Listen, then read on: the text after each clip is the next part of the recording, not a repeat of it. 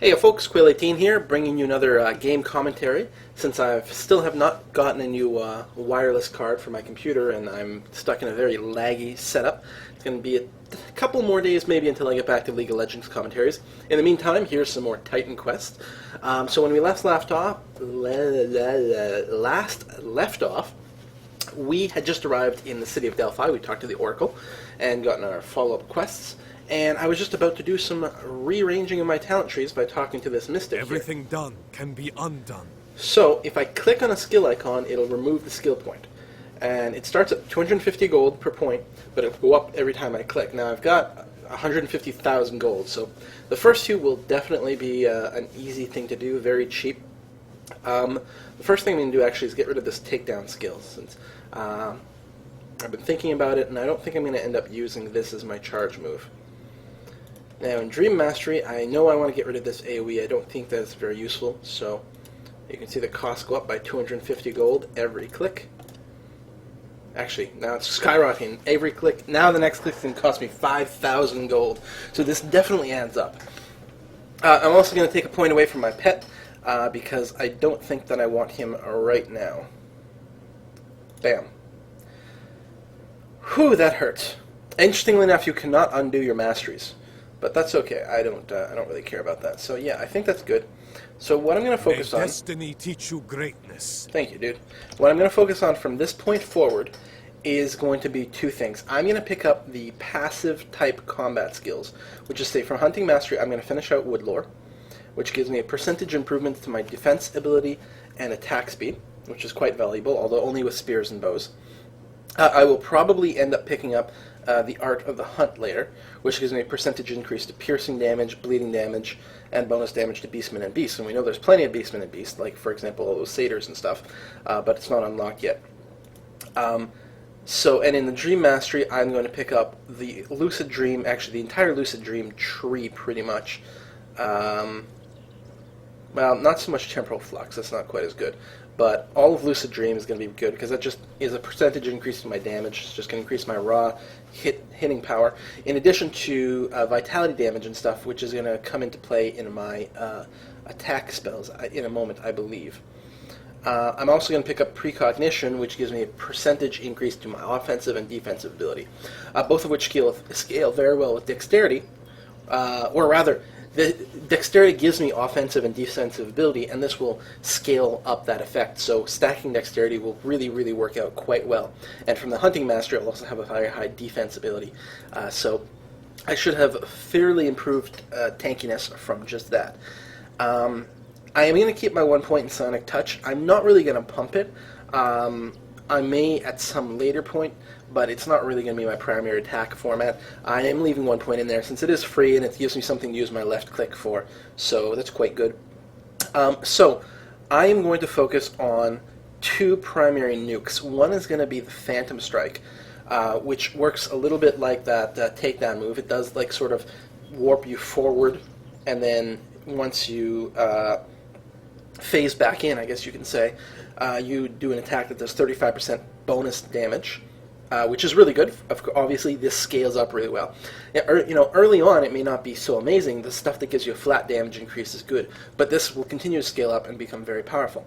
Now, it also gives me access to Dream Stealer, which, when I land my Phantom Strike, it will actually do a 360-degree attack. So it'll hit everyone around me for an extra... at rank 1, 171 damage. Now let's compare. My Distortion Wave, I don't remember how many points I had in it, but I'm pretty sure I was under 100 points worth of damage when I was using it. This starts off at 171. It's awesome. Plus, it includes a stun. Now, the damage from this doesn't scale up. Also, the AoE component of it is only the damage from the Dream Stealer. It won't be the damage from my basic melee and Phantom Strike as well. So it doesn't scale up quite the same way, but the stun scales up with every level you put in here. So it becomes an amazing opener and just a good move in general. So that is going to be a really high priority. The other thing I'm going to want to get, I believe, is Distort Reality, which is an AoE centered on me. Which does a combination of both regular damage and vitality damage, which is nice because if it was all vitality damage, it wouldn't be very good against undead, but this way the mixed damage means it's going to be more applicable to people with both high physical resistance and high vitality resistance. It also includes a stun, and then it can be improved to have a fairly high damage over time component. Now this will not scale up exactly, although it's electrical burn damage, which means it scales up Lucid Dream. But it also includes a petrify component. Now the petrify and stun, I mean, they're sort of redundant, but it can help in cases where something is immune to something else. It also does an energy drain, which is kind of cool because it stops them from using mana, and I'm not sure if the energy drain is the same as a energy steal. Like, am I going to get that energy? I'm not sure. Maybe it does. It'll be cool to find out. But, so I got 10 points to spend right now. What do? I do kind of want to keep increasing my mastery. I'm a little bit stumped. I'm going to put 1 point into Phantom Strike, though, just so I've got it as a mobility thing.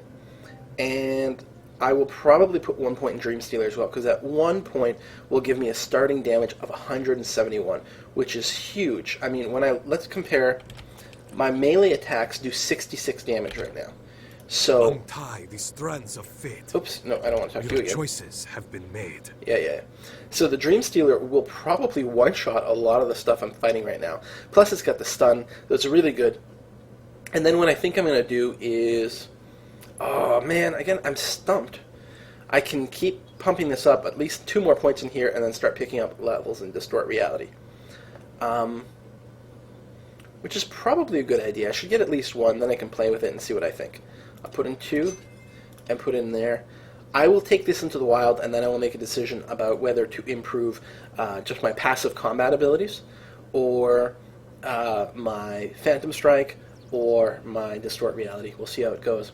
I suppose, in a way, upgrading Lucid Dream is going to upgrade everything I do, so actually that might be the best thing to spend points in at first. Interesting. Alright, well, we'll take that. And I'm lost. I don't know how to leave this town. I think maybe down this way. Oh, I gotta set my abilities. I'm gonna put Phantom Strike here, and I'm gonna put Distort Reality here. Distort Reality looks really cool, you'll see. I think this is the exit. I don't know if I've got all the side quests or not, but... Whoa! Bam! I don't know if you noticed that. Maybe you'll see the AoE. Check that out. Isn't that cool? Didn't actually one-shot this Orb Mother. Now, the AoE, the big AoE, doesn't do as much damage as my Phantom Strike. So let's see if we can find a target that's far away so we can actually see what the teleport looks like. Here we are. Woof! Bam! And then explode! Yeah, alright, that's a pretty effective combat routine. There's still the question of what do I improve first. Let's get in the middle of these guys and then Phantom Strike them. Oh, it's on cooldown. Well, you know what? I know I want Lucid Dream maxed at 1 point, so I'm just going to put my points in there. I'm going to put 1 in Premonition, and then I'm going to dump the rest in Lucid Dream.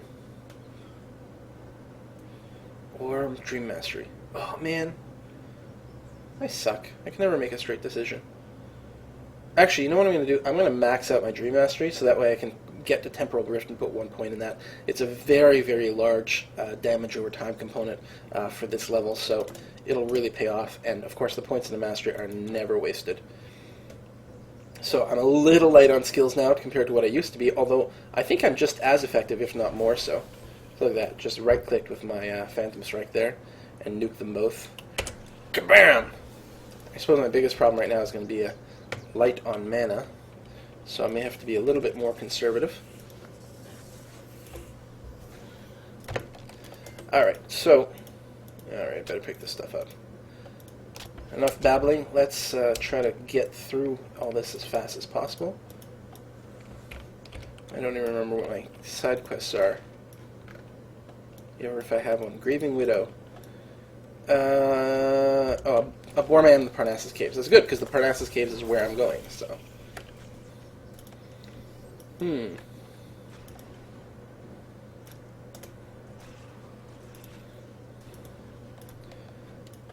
Yeah, wow, that stuff really kills really good. I suppose, like, one of the things I might want to consider is the energy recharge stuff, but I really do want to keep my melee abilities up, and I'm going to focus on things that improve that more or less, because I'm not going to have problems with these trash mobs regardless. I mean, the AoE certainly speeds things up, but